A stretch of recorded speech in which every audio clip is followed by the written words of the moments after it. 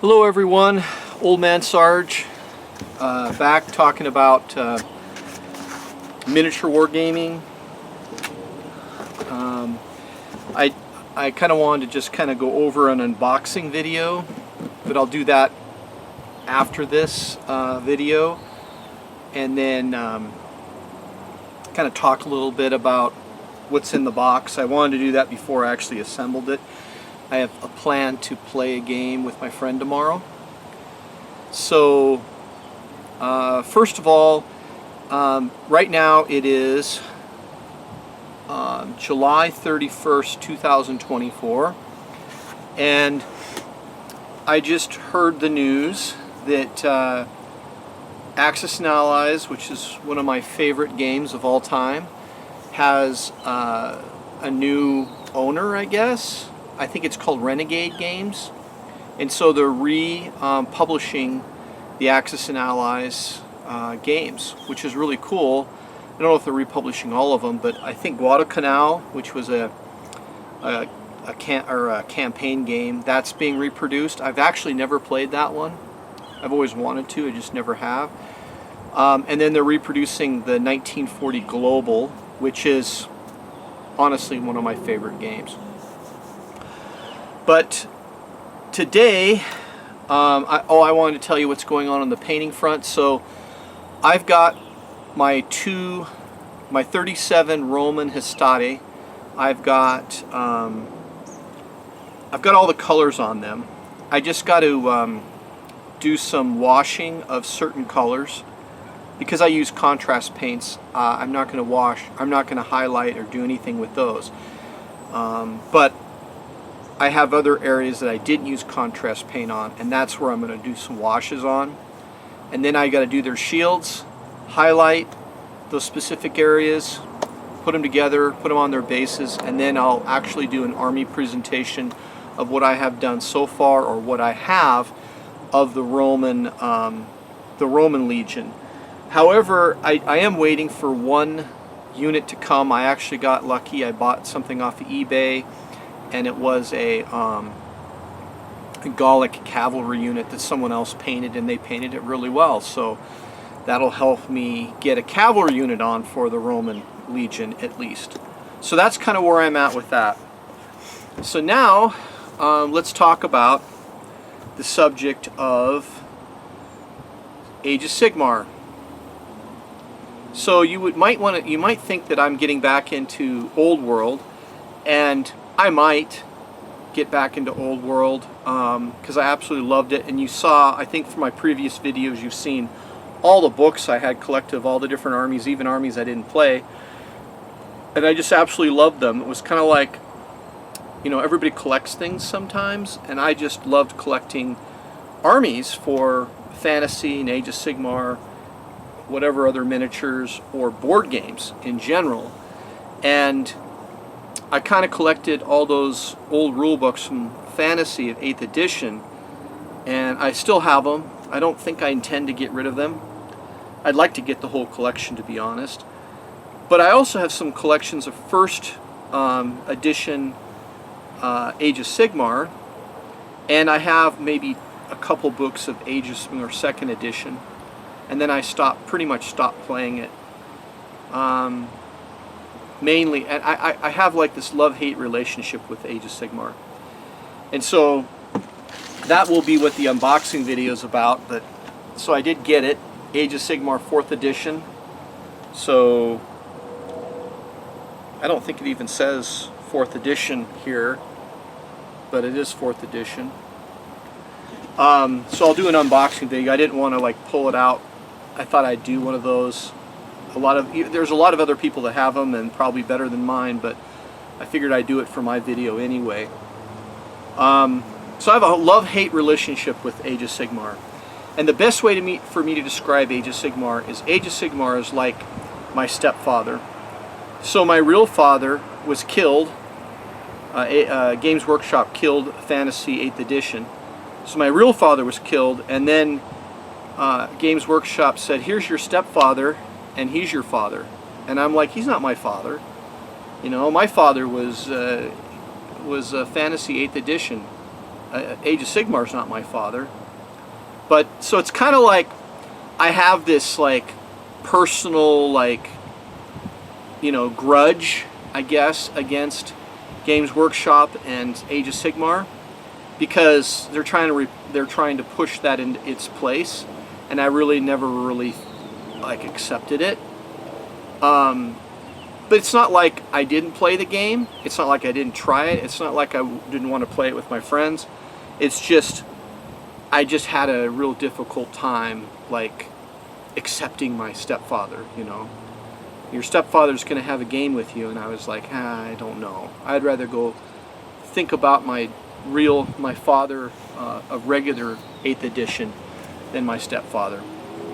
Anyway, that's kind of one of the reasons. The second reason is the lore. I despised the lore because I'm more of like a grounded person, and you know, I like the journey.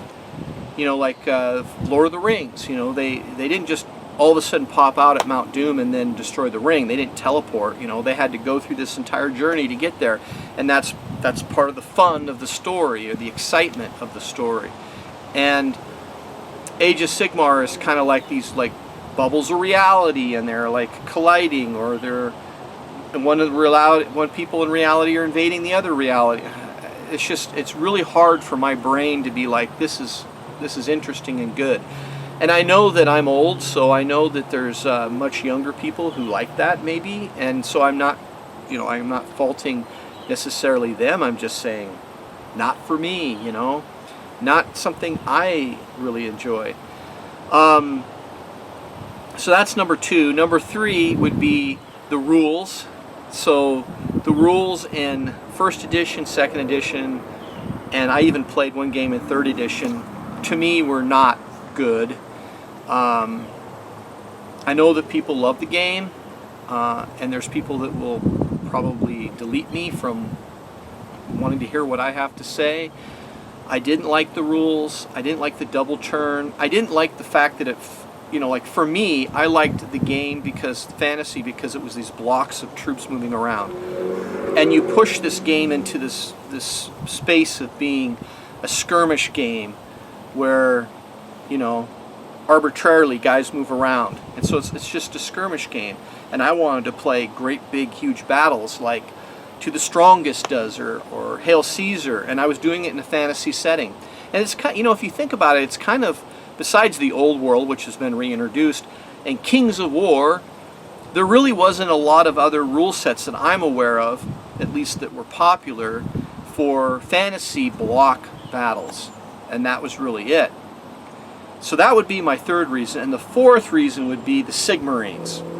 I absolutely hated Stormcast Eternals, and I refused to play that faction, or even collect anything of that faction.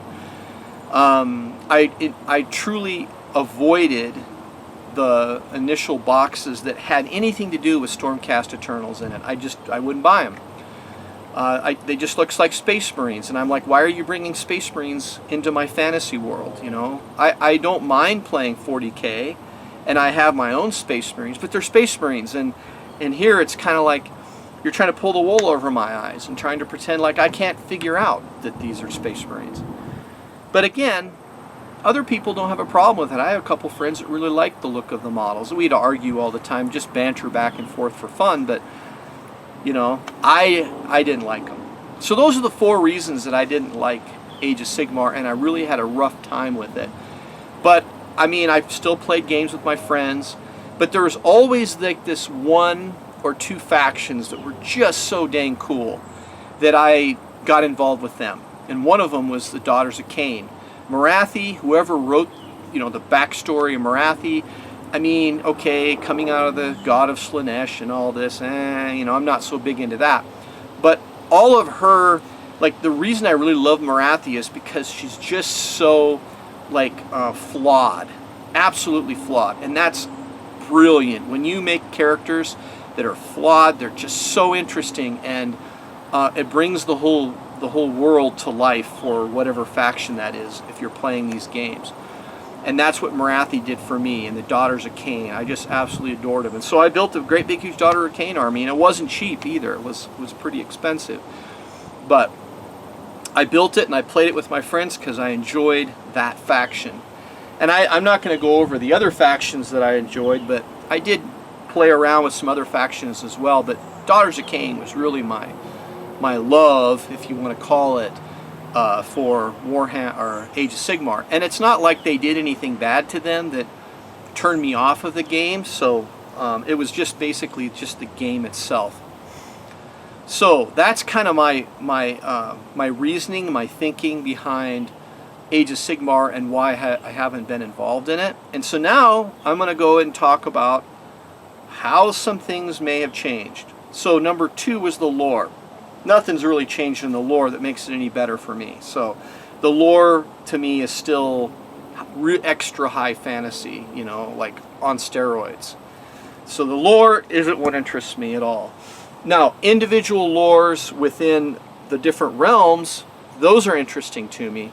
But, you know, the overall world, not interesting. If they grounded this world, like if they actually said, okay, the heavens are done, and you know, now here's the planet, and they like created a map and everything for this, and everything was connected, and it was now like on the soil, I think that would be awesome. But anyway, why? So the next one would be the rules. So the rules of this are interesting to me. They're interesting because I know there's some things that they were doing in 3rd edition, like all-out defense, all-out attack, things like that. And the way I think about that is like shield wall, which is what the Vikings did and the Saxons. That was one of their major formations against missile troops and stuff like that. All-out defense is kind of like you're commanding your force to basically take a defensive posture. I know that's not new. That was in 3rd edition or whatever, but okay, that's kind of interesting. And the command points in 2nd edition, I think, I don't remember.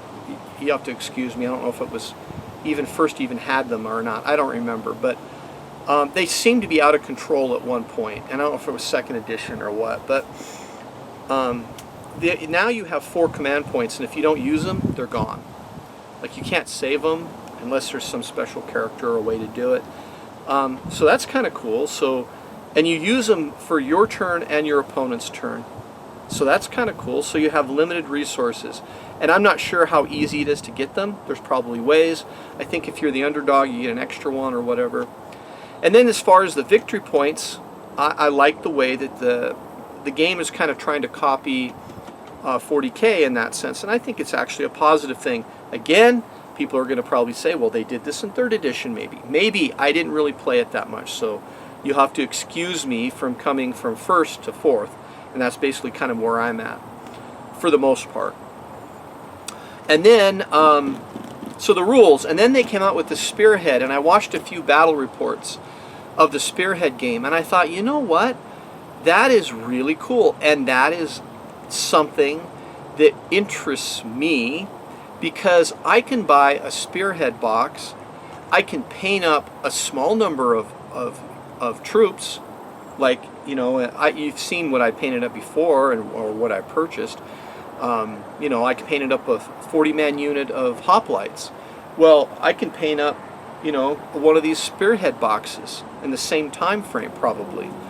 And now I have an army, let's say. Now it may not be the full army for playing Age of Sigmar, but it's an army, you know, for playing a Spearhead battle, a little skirmish battle with one of my friends.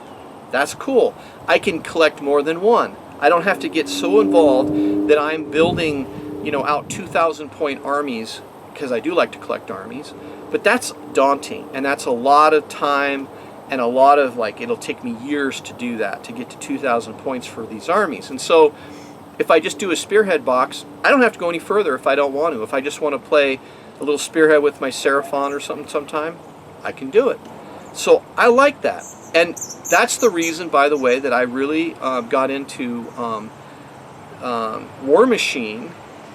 They had a really cool thing in War Machine, Hordes, back in the day where you could build a theme list out, and they gave you extra things for building that theme list out. So you could build, if you built only those units that they are the stipulations in their little theme rule, then you might get a mercenary to join you, or you might get a unit for free, you know, whatever, or you get a unit from a different faction. And that was brilliant, by the way, because what it ended up doing is I said, okay, I'll take that other one unit from that other faction and put it in this one. And then I said, well, I've already got that unit. I only need 2 more units to make up another faction, so I'll just buy 2 more. It's a great way to sell models, really, and to get people to be playing multiple armies. The daunting thing of building up 2,000 points, first of all, assembling them, and then painting them, if that's what you want to do, that's a lot of time and a lot of dedication to do that. Some people are great painters and they can do it really fast, but some of us, like myself, really slow. So the Spearhead rules, and I'm not saying I don't want to play the regular Age of Sigmar as well, but the Spearhead rules are interesting to me, plus I can potentially involve people who don't normally play the game, because the rules are like straightforward, simple, doesn't take them a lot, and they can use one of my armies. And that's one of the things I talked about in my previous videos, was having games that are simple enough for the casual player to get involved in. And it doesn't mean that they have to get in depth like I am in the lore and all that sort of stuff. They can just play a game with me once in a while, and we can have entertainment, and that's what it's all about. So I think this, and the Spearhead doesn't take a lot of room, so perfect. Now I know they tried this with Combat Patrol. I don't know why it wasn't successful in 40K. I'm still building a couple 40K armies and painting them, so I'm not sure why, but it seems to be working okay with Age of Sigmar so far. Now I don't know what's going to happen when something in my mouth. I don't know why. I don't know what's going to happen in Age of Sigmar as far as the Spearhead versus the regular game. Like, are people going to want to, are people going to start to go, I don't want to play Spearhead anymore, I only want to play the regular one, and then the community might shrink again, or I don't know how it will all pan out. So I think one of the other things that I talked about were the models. So I have never bought Sigmarines before, which is Eternal Stormcast Eternals. I never have. I've never owned a model of Stormcast Eternals. I never bought them. I never was interested. I hated them, you know, because it was just another, as I said before, another chink in the armor, I guess. I don't know what you say. Straw on the camel's back. But I looked at these models online and I watched them on YouTube, and most of them look like they're less marine-y and more knightly. I don't know. And I don't think I'm the only one who's kind of come to this like realization that their redesigns are starting to look less like Space Marines. Now they still have some Space Marine looking guys. I think they're called, I don't know if it's the Reclusions or the Prosecutor. No, they're not the Prosecutors. They're either the Liberators or the Reclusions. I don't know. But there's still like some guys that look a little bit more Space Marine for my taste. But there's one set here that have human heads. I think they're the Liberators. And they look like more like knightly. I mean, they still have a little bit of a Space Marine look to it, but they're less than the previous, the way the previous ones looked. At least from my opinion. I'm not a big fan of the guys with wings, but you know, whatever, it's part of their lore. So it's like it's becoming tolerable for me. And the rats look sinister. And that's the one thing I want to say. I hope Games Workshop does not go PG or even G with their models. And I don't mean like you have to have nudity and things like that involved in them. I just mean that you want things to look evil and menacing. You don't want them to look, just like, oh, they're just misunderstood, That's kind of what I feel about Nurgle. Some of their sculpts with Nurgle is kind of like, oh, they're just misunderstood. They're happy, blah, blah. No. I want my vampires to look like scary on the field. I want my rats, Skaven, to look menacing, That's what I want. Now, other people might be different. They might want the cutesy stuff. I don't. I want a grim dark. I want it to be, scary and like not pleasant to look at necessarily. That's kind of my opinion. So the rats, they look really good. And I've never owned a Skaven army in Fantasy or Age of Sigmar. Never have. But I like the way they look in this set here. And I think they're probably okay in the other ones as well. So impressed, with this box. And impressed with the rules that I see so far in the battle reports I watch. It looks like a fun game. Spearhead I can play in an hour and a half or an hour, depending on how good me and my opponent are. And so, yeah, I'm getting kind of excited about getting back into the... And I believe me, I have a lot of stuff from years ago that I can like bring out and dust off. And I'm going to show you just what I mean. So in 2020 or something like that, I bought this box and I never put it together. Like I bought this box at the very tail end of my interest in Age of Sigmar about Slaves of Darkness Start Collecting box. And it has, I don't know what they call it. Oh, it has a Chaos Lord and a card CAD rack, and then it has 5 Chaos Knights, and it has 10 Chaos Warriors. Okay, so I got this kit a long time ago, and I just assembled it because I was waiting for this to arrive and some other things. And I was just like, oh, I'll put these together. Maybe I can use them in the side. Now, this is different than the kit they currently have. The kit they currently have has a chariot, which I have coming, by the way, for the spearhead. It has a chariot, it has a warrior, and it has 10, or I mean a lord, and it has 10 warriors and 5 knights, just like this. Except for, I think the warriors have halberds instead of this. But I looked at the cards on this, and it doesn't say that they have to use halberds or hand weapon shield, or maces or swords or whatever. They're the same weapon, so that doesn't matter. So it's kind of cool. So I decided, you know what, I'll get another box because I can use my assembled warrior models with these like, flails or axes or whatever as one unit, and I can use the halberds as a second unit, or I can put them together if I really wanted to. The knights, on the other hand, they're absolutely fantastic, and that's the one thing. And I didn't even think about this. Like, I quit this game. I was like, I'm not going to play it anymore, first edition or beginning of second. And I did put this together, and then when I put this together, I was telling my friends, oh my gosh, these models, even 5 years ago, I think, or 4 years ago or whatever, fantastic models.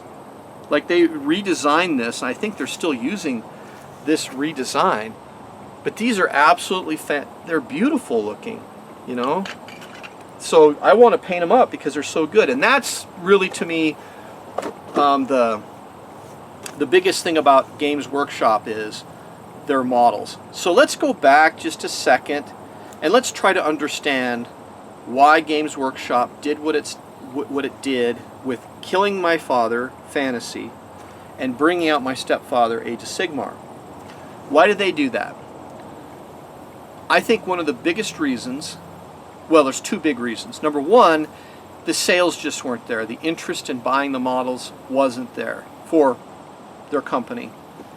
40K still going strong, Fantasy dying out. Old people like me had our armies collected, not collecting very much anymore. the new generation wasn't that interested in it. So they needed to recharge it on all kinds of different fronts.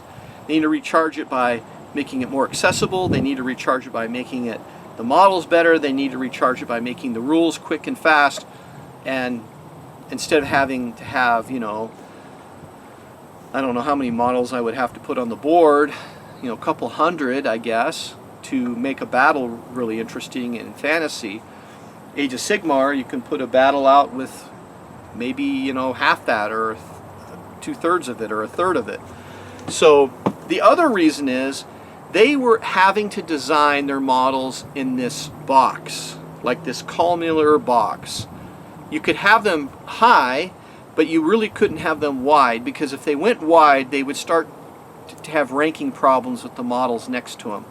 And so you're restricted in your designs, and because they're a model company, they don't want that restriction. They want to be able to build their beautiful models out, you know, and have them look beautiful, and that's what they want to do. They don't want to be restricted to this tiny space. And I think that's really the biggest, those are some of the biggest reasons why. And so you're going to revamp this line. You want to make these beautiful models like this, or the Chaos Warriors. How are you going to rank them up? I remember my friend had, so I had the old Black Orcs, which were metal, and they were all like monoposed with double-handed weapons, I think. Maybe, no, some of them had hand weapon shield. And my friend, he bought the new plastic box of Black Orcs. And when he put them together, he had to basically number the bottoms of the bases to rank them up, because if they were in any other order, their arms would get in the way and they wouldn't rank up. And that was just a pain, and he'd take them off when he took casualties or whatever, and then at the end of the day he had to like look at the bottoms and find out where's 1, where's 2, you know, and rank them all back up again. Now maybe somebody has a better system, but that's what he used, and it was just a pain in the butt. So this is the solution, and I think it was probably, I mean, I'm not saying I wanted them to do this, but it's a company and they're trying to make a profit, and they're trying to put out models and improve their models designs and things like that. And by the way, when I put these together, there's no mold lines to speak of, because they're all hidden underneath all of these pieces. I think there might be one piece that comes together where they have 2 pieces that join. The rest of them are like intelligently hidden underneath. You already probably know this. Okay, so now let's see what else I have in my old model collection that I never put together when I backed away from the game. I have a box of old warriors. These guys are the old poses from the warrior design, and these guys would probably be, I mean, I might put them together, I may not, but if I was to ever do an old world game, I probably would use these, because they would probably rank up just fine. So that's probably for the old world, or I might trade them or sell them to somebody else. Then, so that's my Slaves of Darkness, and so I have this for Slaves of Darkness, I have that, and I bought the cards for Slaves of Darkness as well, which I don't know where I put them. Oh, I don't know where my Slaves of Darkness cards are. Oh, that's annoying. Huh. I have them. I just don't know where they are. Okay, so that's Slaves of Darkness. I won't go into detail on them. In the future, I will go in detail with that army. I will be building that army to 2,000 points. I already have a Khorne army. It's Demons of Khorne, painted up, beautifully painted by a man by the name of Lord of Chaos. And so I have the demon portion already done. I have like 60 blood letters. I mean, it's just enormous, right? I probably don't even need to go any bigger, to be honest. But I had these, so a box of blood warriors. So those go into the Khorne Bloodbound, or I guess they're called the Blades of Khorne. And then I had this box that I bought a long time ago.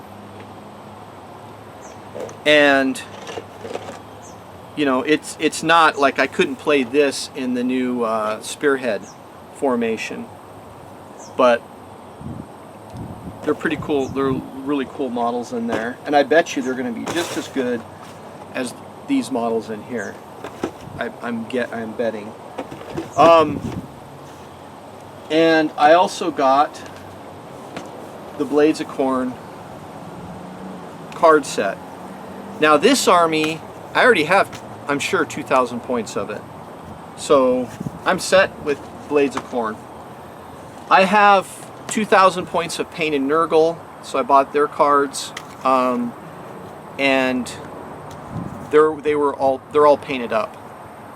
All of them but 3 models were painted up by Lord of Chaos. I painted up 3 of the Nurglings, I guess, the little swarm guys. So that's those 2 armies. Here's some more stuff that I have from like a long time ago. I had a Chaos Lord on a Manicore or the Sorcerer, and I think I plan on making the Sorcerer for the Slaves of Darkness. And then I found this. I bought this a long time ago in a white box. This is the Mutilation. Is that what it's called?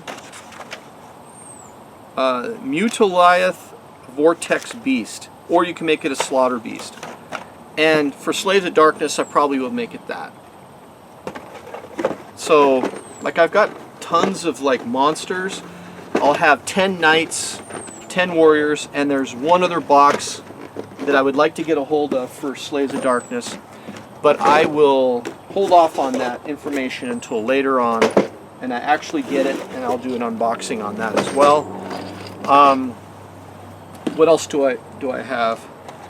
I was planning on building a Cities of Sigmar Dark Spears army, so I have that, and I have some Dark Elves, and I have probably, I don't know if it's 2,000 points anymore, but it could be, of Night Haunt. So, and I bought them at the very beginning. I don't know if they were coming in the same box as the Stormcast and I split the box with somebody or what. But I do have the Night Haunt cards as well because I can play them now. So it's like I already have this stuff, so why not play them? I have the Stormcast cards, but I doubt that I'll go much bigger than the 2 Spearheads. I don't think I'm going to go any bigger than the 2 Spearheads. And then I have the Skaven cards, and I've never been a Skaven player. I'm going to try them out in the Spearhead and see if I want to build them bigger or just keep them at the Spearhead size. But anyway, so that's those 2. I'll save that till last. I had actually a pretty big army of Hedonists of Slaanesh. And I was planning on painting them up, but I separated them out, and so some of them are in one place and the others are in another, and the ones that were not in like protected storage, you know, they're not in such great shape, and they're the older models like the Slaanesh Demonettes. So I'm not sure which direction I'm going to go with the Demonettes, Hedonists of Slaanesh. I still kind of want to, I'm going to have them for definitely the Spearhead for sure, but I may just stop there. It may not be my kind of army. We'll see. I'm still thinking through on that one. Of course, I have Daughters of Cain. So I got that faction pack. And why am I collecting these faction packs, by the way? It's the same kind of reason that I collected the codexes for 8th edition fantasy. Even armies I didn't have, I collected them, and I wanted to get all of them. My concept was eventually I might have just a little small part of an army of each one of them, right? And then when they killed the game, I was kind of like, well, I should get the rest of them, because that way, you know, people want to sell their armies or whatever, and I'll get a hold of stuff and I can play them in 8th edition rules. That's what I was thinking. Same thing I'm going with this. if I get these action packs or these faction packs, if they go on to the next edition, I can kind of still stay back and forth if that's what I enjoy. And I don't have to buy these faction packs now. I could buy them later, I guess. But I got Soulblight, Gravelords. The models for this line are absolutely fantastic. The vampires are incredible. Like the model design, I'm just like, and they just keep going with them. So I'm really impressed with them. I'm not sure. I might just go. I have the Spearhead coming. I might just stop there, but I may go further. I haven't decided. I got an Old Dominion box, and then I got, because that gave me some of the Stormcast Eternals I needed for the second faction, or the second Spearhead. It also gave me most of what I needed for the Cruel Boys. So the only thing I needed, I think, was the big, huge crossbow or bolt thrower or whatever. And I got one of those on the way, so I think I can put the Spearhead together for this. So when I get that together and paint it, or if I do that, then I'll basically show everybody on that. And then here's my other project. So the two armies that I'm definitely going to build bigger, I already have Slaves to Darkness almost. I may even have more than 2,000 points, but I don't think I do. But I plan on buying another box of some kind, box set. It'll bring me hopefully to 2,000. I'm really interested in this box set for the lore and everything in it. So Slaves of Darkness. I'm not sure if I'm not gonna add any more Maggot Kin of Nurgle. Those are all painted, and maybe there's a leader I'm missing or a hero or whatever. I'm not sure how enthused I am to learn how to paint them and paint them myself. I'll just paint other ones. And then Blades of Corn.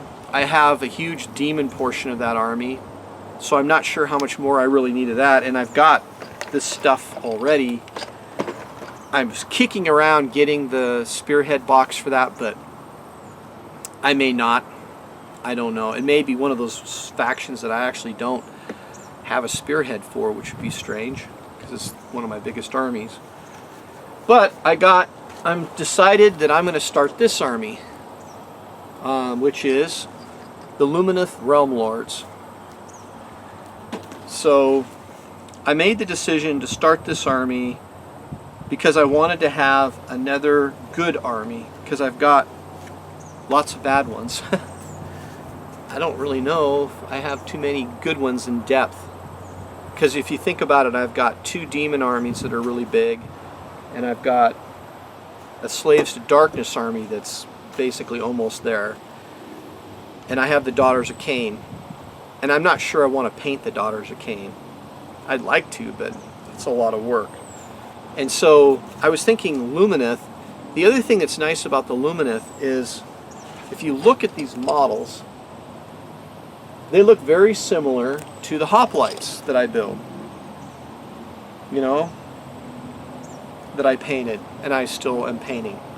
And I figured I already know how to paint hoplites, and these are close, so why not, right? Do I like the rules of them? I don't know. I don't know, but it'll force me to play a little differently, perhaps, than the other factions. Anyway, these are my collections. I may just be painting, or I may be playing. I'd like to do some battle reports, maybe just Spearhead to start with. I will do them with painted models, so there may be only one or two on there, because I have only two armies that are painted up right now.